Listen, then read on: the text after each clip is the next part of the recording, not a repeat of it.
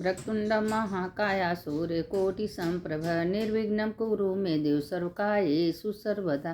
शंकर शंकर हर हर शंकर शंकर शंकर जय जय शंकर मंगल भवन मंगल हारी उमा जपते त्रिपुरारी। देखिए, शिव जी पार्वती जी से कथा सुना रहे हैं। हमेशा जब भी कथा होता है तो शिव जी से ही पार्वती सुनाते हैं।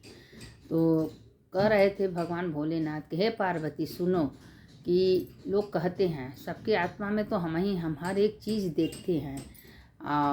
एक गांव में एक लड़का था और उसका शादी ब्याह हुआ और उसकी जो पत्नी थी बहुत अच्छी, लक्ष्मी जी का पूजा करने वाली, पार्वती जी का पूजा करने वाली थी। लेकिन उसकी सास जो थी बहुत चंडालिन थी, मतलब इतना डहाती थी उसको कि रहना मुश्किल कर देती थी। तो जो उसका बेटा था अपनी पत्नी से कहा कि अपने माँ से कि हम 1 साल के लिए बाहर जा रहे हैं और उसके बाद हम आएंगे नौकरी करने। तो उसके पति चले गए और उसके पेट में बच्चा आ गया। तो उसकी सास बोली कि अगर बेटी होगी तो घर में मत ले आना और बेटा होगा तो लेके आना। और वो बेचारी जंगल में चली जाती थी, रोज जिन्ना उससे उसको इतना तंग करती थी, लेकिन कभी वो जवाब नहीं देती थी। और हमेशा भगवान से कहती थी हे शिव हे पार्वती, आप सब देख रहे हैं मेरी सास हमको इतनी डाहती है, बताइए बेटा है बेटी हो, अपने बस का तो नहीं है ना, जो भगवान ने देंगे वही तो हम लेंगे।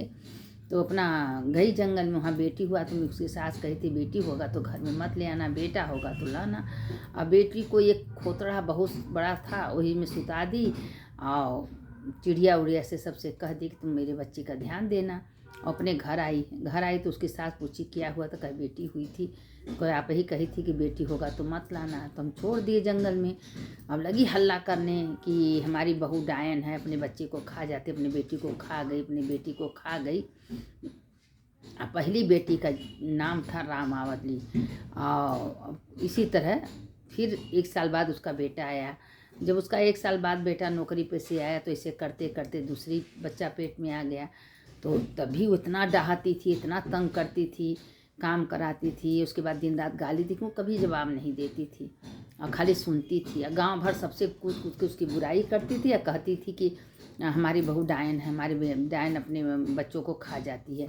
जब दूसरी बार बच्चा होने वाला था तो फिर उसको जंगल में भेज दी, 1 मुट्ठी जीरा दे दी, कहीं जीरा खा लेना तुम्हारा बच्चा नॉर्मल हो जाएगा। गई जंगल में, अपनी मदद नहीं की, बार बार कहती थी कोई दाई को बुलाओ, लेकिन नहीं बुलाती थी।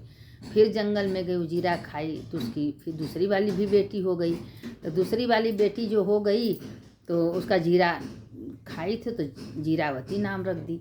उसको भी उसी खोतड़ी में जंगल में छोड़ दी थी। वो बेटी पहली वाली 2 साल की होती, फिर इसको छोड़ दी। इसी तरह के घर में कही कि बेटी हुई थी, फिर हल्ला करने लगी कि डायन है, अपनी बेटियों को खा जाती है, बेटी पैदा करती है खा जाती है, मेरी बहू डायन है। करते करते करते इसी तरह 2 बेटियां हो गई। जब तीसरी बार उसका बेटा भी आया तो तीसरी भी बेटी हो गई। तो उसको एक आम दी खाने के लिए, तो जंगल में गई तो आम खाई तो आमली राम उसका नाम रख दी। इसी तरह 3 बेटियां उसको हो गई। तीनों बेटियों को लगी हालांकि इसको 3 बेटियां हुई, तीनों को खा गई। मेरी बहू डायन है। करते करते खबर राजा के पास गया। जब राजा के पास गया तो राजा उसके बहू को बुलाया कि इसको सूली पर चढ़ा दे, भाई ये बेटियों को अपने खा जाती है, इसकी सास इतना झूठ तो कहेगी नहीं। अब उसकी सास भी गए, उसके पति नहीं थे, बाहर थे। जब पति आए तो घर में देखे ताला बंद।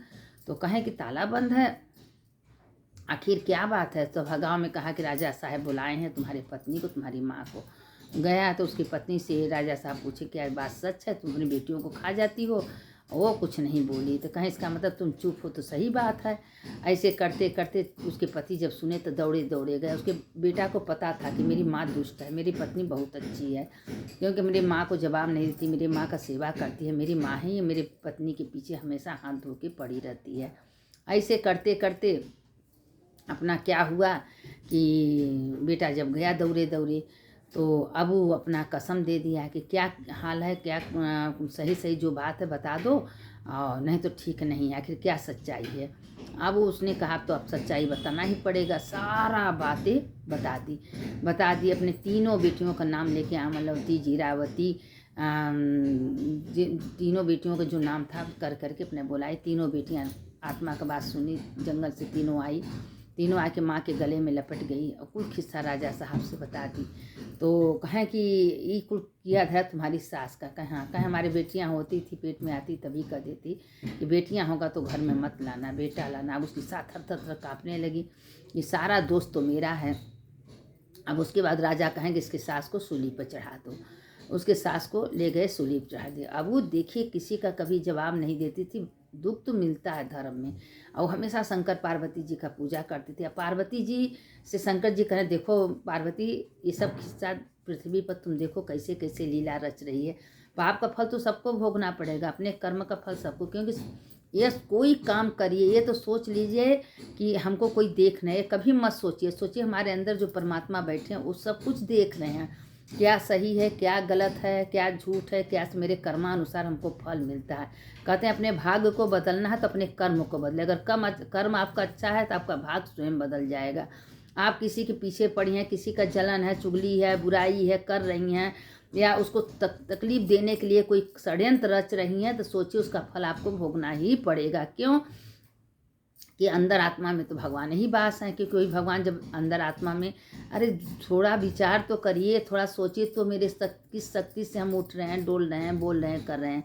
वही आत्मा शक्ति है मेरे अंदर, वही की शक्ति से तो हम बोल रहे हैं, चल रहे हैं। तो ये तो विचार करें कि अगर कोई भी पाप कर्म आप कर रहे हैं तो वो आत्मा शक्ति भगवान आपके अंदर जो देख रहा है, तो उसका लिखा पढ़ा जोखा सब होगा। आपकी वजह से किसी का तकलीफ हो गया, किसी को दुख मिला, आपकी वजह से कोई नाराज है, तकलीफ, तो आपको उसको दंड भोगना ही पड़ेगा।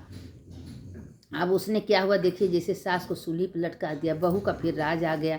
बहू अपने तीनों बेटियों को, अपने पति को लेकर अपने घर गई। अब राज सुख रोटी भोले। तब लक्ष्मी माता कहीं, पार्वती भोलेनाथ, ये तो ज़िंदगी भर से हम लोग का व्रत पूजा किए। कहें कि इसको इतना तकलीफ, कहें इसके घर में सब कुछ था, इसके आते ही सब कुछ नष्ट हो। कहें क्यों नष्ट हो गया? कहें इसकी माँ विदाई के समय इसको अचार दी थी, और जो कि बेटियों को कभी अचार नहीं देना चाहिए।